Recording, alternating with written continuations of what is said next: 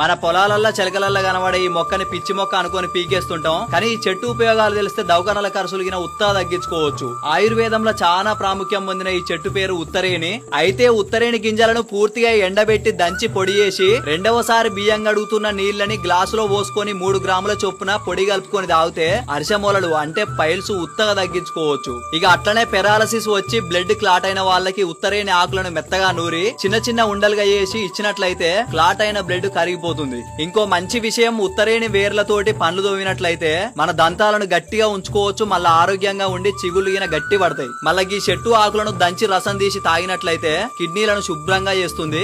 అసలు ముచ్చట తేనెటీగలు తేళ్లు కుట్టినప్పుడు మళ్ళా బొంత పురుగు వారినప్పుడు పారిన చోట అలాగే కుట్టిన చోట ఆకులను ముద్దగా నూరి అంటించినట్లయితే తేనెటీగలు తేళ్లు బొంతు పురుగుల విషాలు ప్రభావం చూపవు. అట్లనే దురద ఉన్న చోట ఆకులను ముద్దగా నూరి అంటించినట్లయితే తగ్గిపోతుంది. మనం పిచ్చి చెట్టు అనుకుంటున్న ఇన్ని ఉపయోగాలున్న ఉత్తరేణి చెట్టు యొక్క ఈ వీడియోని అందరికీ షేర్ చేయండి.